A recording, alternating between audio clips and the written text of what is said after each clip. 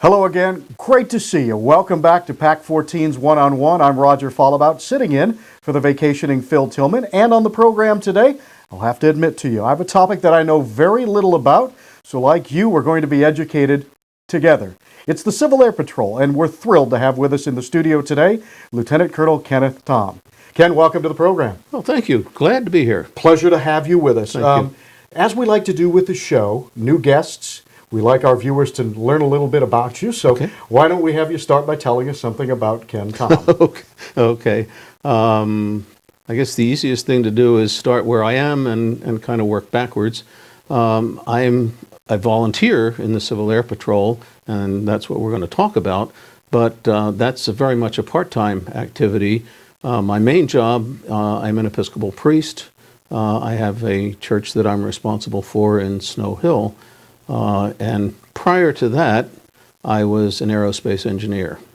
I retired from aerospace engineering in 1997 and said, okay, I'm retired. Let's see what it's like. Well, and you lasted about a year. Right, and you're busier now than you were when you were not retired. Exactly. Right? Mm-hmm. Lasted about a year, and I got a invitation, I guess is the best word, to go back to seminary, study for 3 years to become a priest, and I don't think I could have made a better choice. Good for you. It was I'm just enjoying it very, very much. I have a relatively small congregation, but a wonderful group of people that I work with, and it's a very gratifying activity. Sure it is.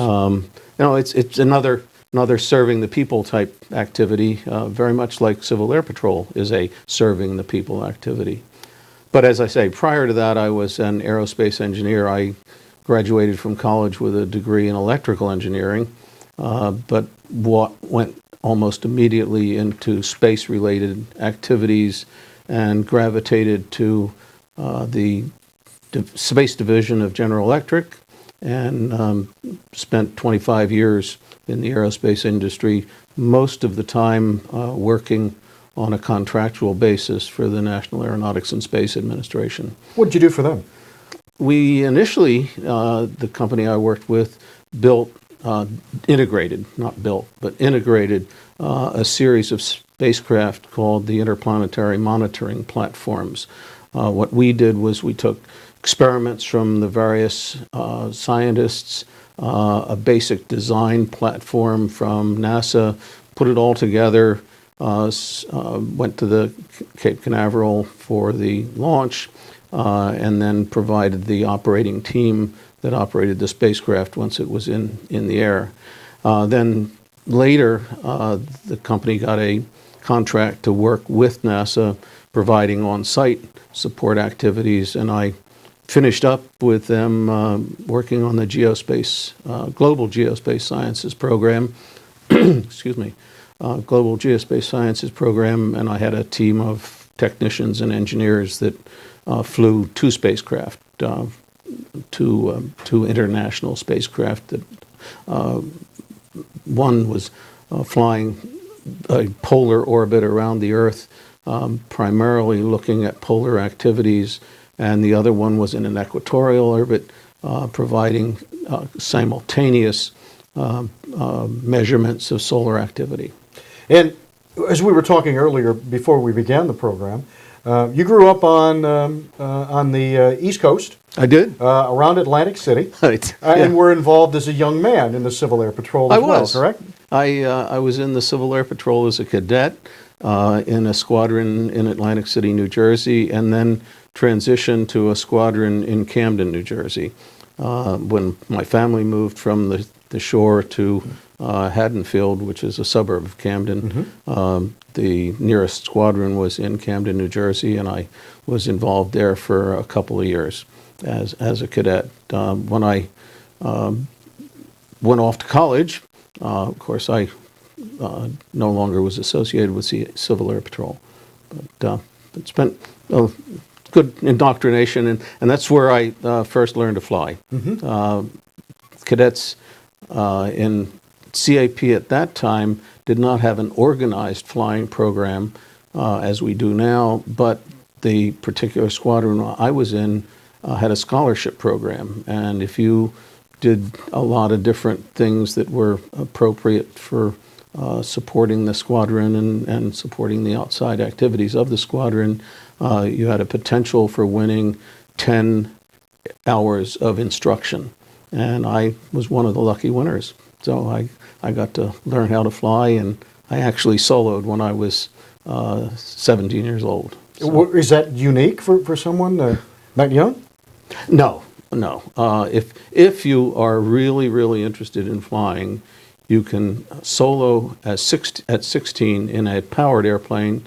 You can solo at 15 in a glider, and you can get a pilot's license at the age of 17.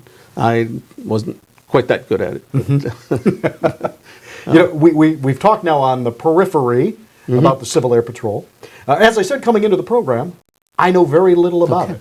So here's a great opportunity for you to educate us all on what the Civil Air Patrol is and what it does. Right. Good. I appreciate that.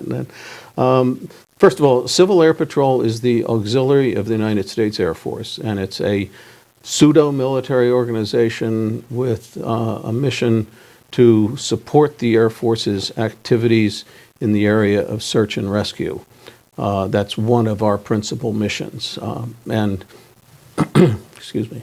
The search and rescue mission is a function that the Air Force takes care of, but basically farms out to Civil Air Patrol the actual performance of the search and rescue activity.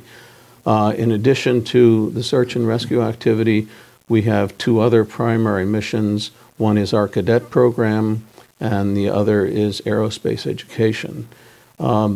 Civil Air Patrol was started back just before World War II, and the initial purpose of Civil Air Patrol at that time was to assist the United States in guarding our borders. The Civil Air Patrol flew a lot of missions over the Atlantic Ocean looking for submarines that were threatening the coast of the United States and torpedoing a lot of our merchant ships that were trying to get supplies over to Europe to support the war activity. And they blossomed in that activity to such an extent that in 1943, basically, the Germans withdrew their submarine activity because of the harassment that Civil Air Patrol really had done to them. After the war, at that time, the Air Force was a branch of the Army, and Civil Air Patrol became an adjunct to the Army Air Force. And in 1948, when the Air Force was designated as a separate service, Civil Air Patrol came along as a part of, an auxiliary of the Air Force.